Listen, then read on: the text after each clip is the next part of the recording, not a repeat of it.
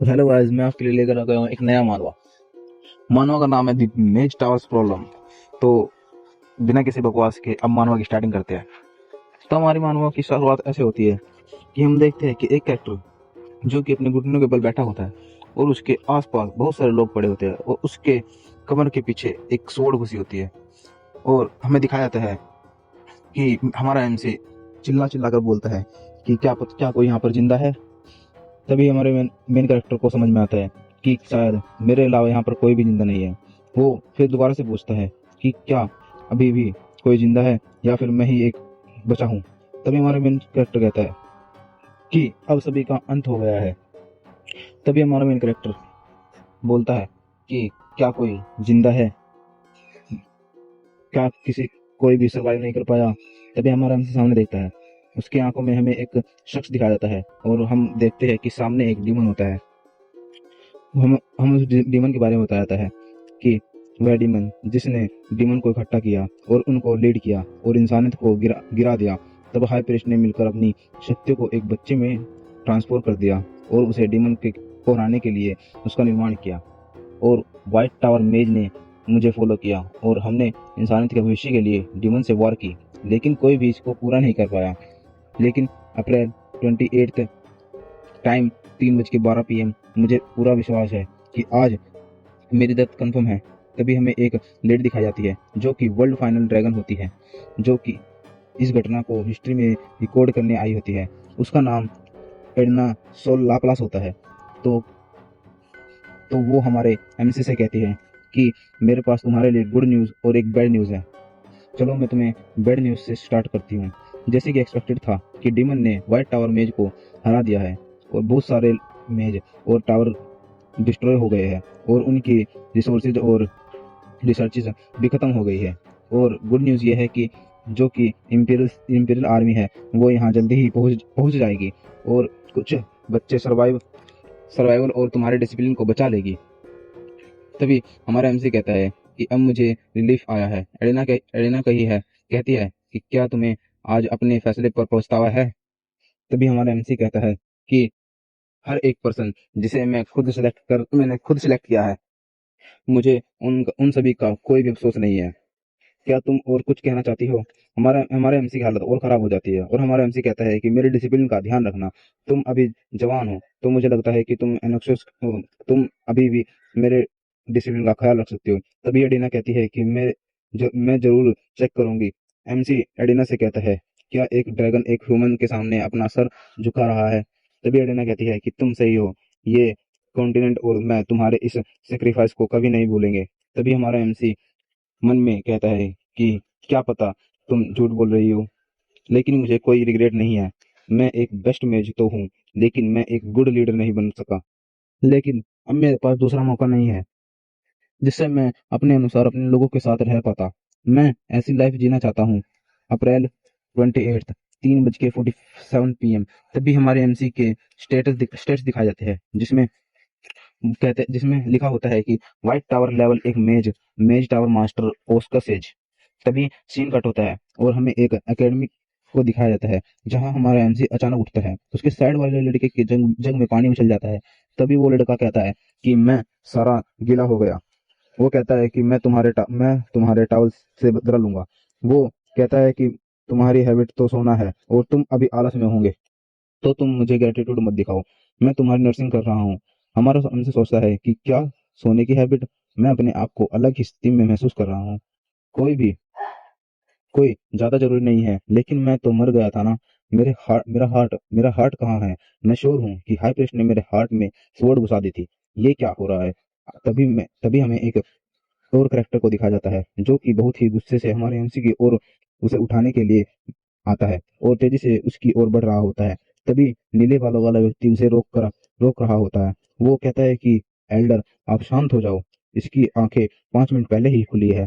तभी एल्डर कहता है मैं पहले ही बहुत देर से रुका हुआ हूँ। इस बार मैं इस बास्टर्ड को नहीं छोड़ूंगा। नीले बालों वाला बोलता है कि ये अभी भी एक पेशेंट है। तभी एमसी कहता है कि मैं अभी भी जिंदा कैसे हूँ। ये सुनकर वो दोनों हैरान होकर हमारे एमसी की ओर देखने लगते हैं। तभी एल्डर उसे देखकर बोलता है कि तुम बहुत ही फैसिनेटिंग हो। भले ही तुम जिंदा हो, तुम व्हाइट टावर के एक मेज हो। एमसी कहता है तो क्या तुम मेरे करंट सिचुएशन को डिटेल में एक्सप्लेन कर सकते हो। वे दोनों कहते हैं क्या क्या गलत हुआ है अभी। तभी एल्डर एल्डर एमसी पर गुस्सा होते हुए चिल्लाकर बोलता है तुम सच में भूल गए हो। और वो एमसी को मारने के लिए आगे बढ़ने लगता है और उस पर अटैक कर देता है। तभी एमसी विंडशील्ड मैजिक की का यूज करता है और उसके अटैक को ब्लॉक कर देता है। उस शील्ड पर टकराने के बाद एल्डर के हाथ की हड्डी टूट जाती है और एल्डर सोचता है कि इस बेकार से कचरे ने मेरे अटैक्स को ब्लॉक कैसे कर लिया, कैसे किया। तभी विंडशील्ड डिस्पेयर होने लगती है। एमसी घबरा कर सोचने लगता है कि क्या ये क्या कमजोर मैजिक है। एल्डर कहता है तुम वैसे ये विंडशील्ड काफी अच्छा था, तो तुम पूरे टाइम बस हम सब के साथ खेल रहे थे। एल्डर वहां से जाते हुए कहता है कि मैं तुम्हारे सभी डिसिप्लिनरी एक्शन को अभी के लिए पोस्टपोन करता हूँ। तुम अभी अपनी रिकवरी पर फोकस करो। और वहां से चला जाता है। तभी नीले बालों वाला लड़का एमसी को पागल कहता है। एमसी एमसी भी सोचता है कि विंडशील्ड इस मोमेंट पर डिसअपेयर कैसे हो गया और मैं कितनी देर से सोया हुआ हूँ।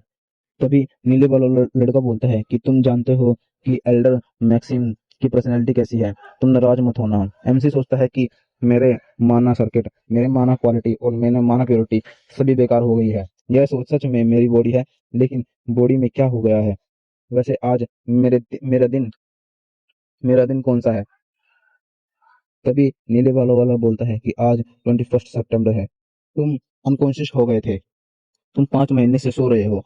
क्या आप इस किस बारे में बात कर रहे थे। ये केवल एक दिन रहा है। एमसी कहता है कुछ भी हो, तुम लिलोइड को कॉल करो। अगर वो कॉल ना उठाए तो गिली और शाशा को कॉल मिलाओ। मुझे जानना है कि एग्जैक्ट सिचुएशन क्या है। तभी नीले बालों वाला लड़का वो कहता है कि तुम भूल जाओ ट्रेटर के बारे में। वैसे तुम टावर मास्टर के नाम को इतना इनफॉर्मल क्यों पूछ रहे हो। तुम सब भूल गए हो क्या, ये उसके साइड इफेक्ट है। तभी एमसी चिल्लाते हुए कहता है कि लॉर्ड शुल्टज के व्हाइट टावर को त्याग दिया है और रेड टावर मास्टर का डिसाइपल बन गया है। और गिलियट डोमिनिक एक हाई रैंक मैजिकल बुक को चुरा कर भाग गया। तुम्हारी हिम्मत कैसे हुई ऐसी बकवास करने की।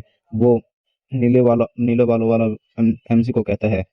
एमसी को देखता है और सोचता है कि क्या उसके आसपास की हवा में कोई वाइब्रेशन नहीं है। एमसी कहता है तो शासा में मैजिक टावर को की ओनर है। यह तो अनबिलीवेबल है। 5 साल का बच्चा टावर मास्टर कैसे बन सकता है। नीले बालों वाला बोलता है कुछ लोग ऐसे होते हैं कि जिनकी कल्पना शक्ति अद्भुत होती है। ओस्कर सेज आप एक छोटे बच्चे पर इतना गुस्सा क्यों हो रहे हैं। लेकिन एक निर्माण के लिए यह स्वाभाविक था। तभी एमसी अपने आप को देखता देखता है और शौक होकर अपने आप को घूरने लगता है और कहता है कि तुम कौन हो।